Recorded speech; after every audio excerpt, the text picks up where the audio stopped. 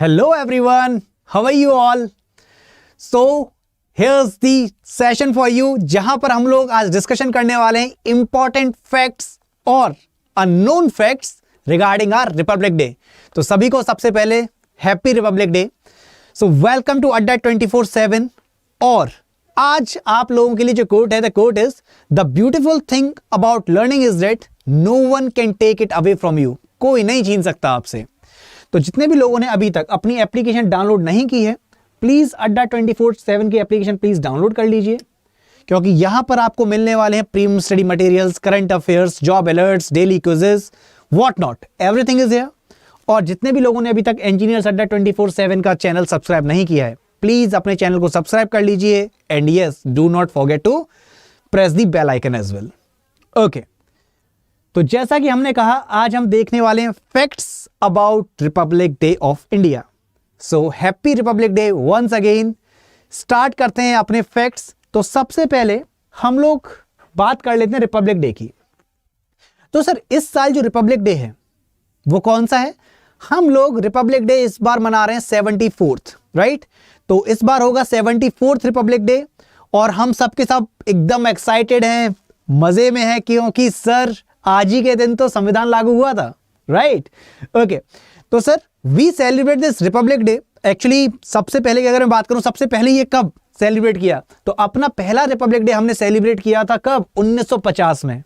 आजादी तो हो गई थी 1947 में, लेकिन हम लोगों ने अपना संविधान जो लागू किया था वो 1950 में किया था, जब हमारे प्रेसिडेंट साहब कौन? डॉक्टर राजेंद्र प्रसाद जी थे, राइट?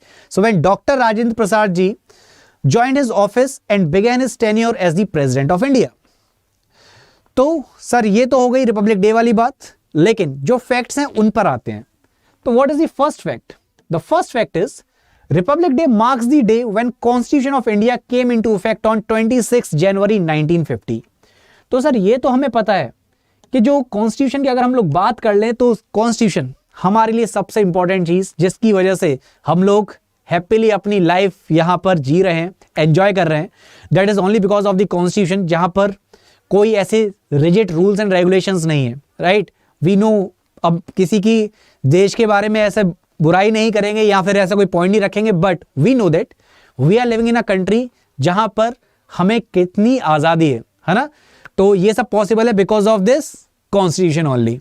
सेकेंड इज, क्या आपको पता है हमारा जो संविधान है वो सबसे बड़ा संविधान है, यानी कि if I talk about our constitution, so constitution of India is the longest constitution of the world with 444 articles which are segmented into 22 parts, right? Then 12 schedules and 118 amendments। अब सर, अब अगला पॉइंट ये है कि sir हम लोग आजाद तो हुए थे 1947 में, लेकिन जो कॉन्स्टिट्यूशन है सर, एक कॉन्स्टिट्यूंट असेंबली ने कब अडॉप्ट किया? So the constitution was adopted by the constituent assembly on 26 November 1949।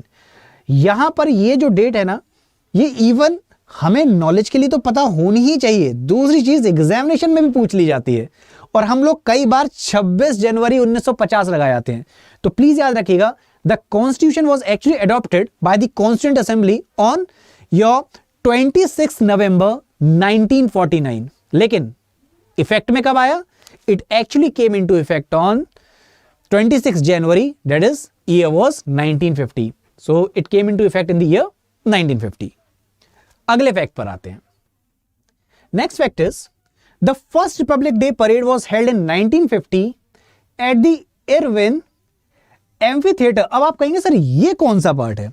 Actually अभी जो प्रेजेंट में स्टेडियम का नाम है, that is major Dhyan Chand stadium. तो मेजर ध्यानचंद स्टेडियम में सबसे पहली रिपब्लिक परेड हुई ऑब्वियसली 1950 में। लेकिन यहां पे कितने लोग थे?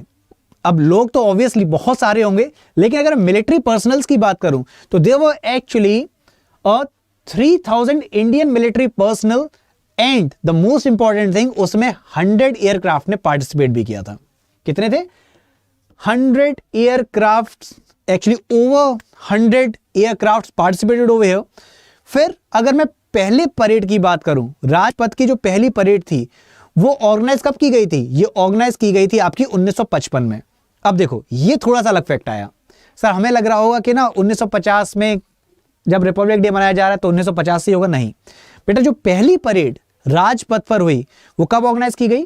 1955 में, जब पाकिस्तान के governor general Malik Ghulam Mohammad came as the chief guest, one of the 2 times that a Pakistani leader was given the honour.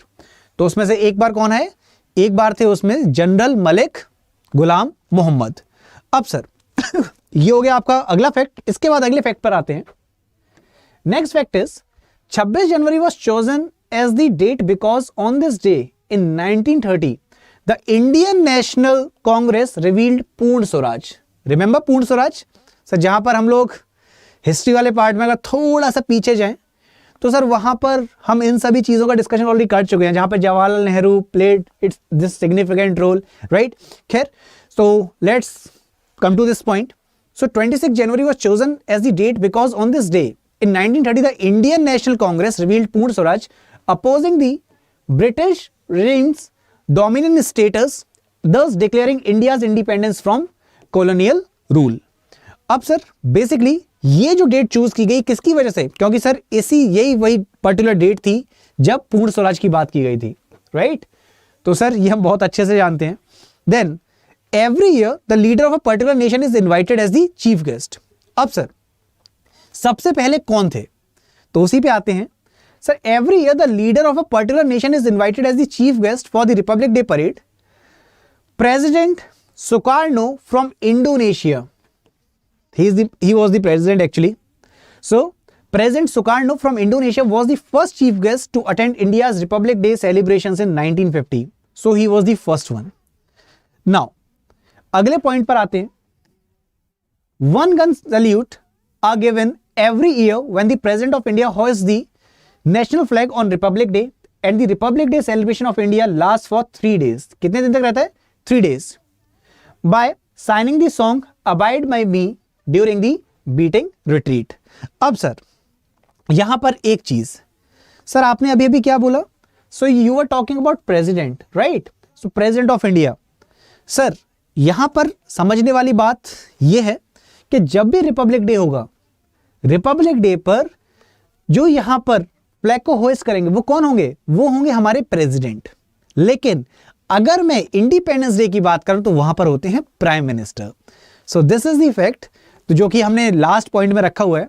So there is a rule that president of a country would be addressing on republic day.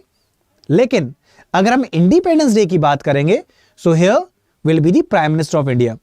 So this is the fact that Prime Minister of our country would be addressing on the Independence Day.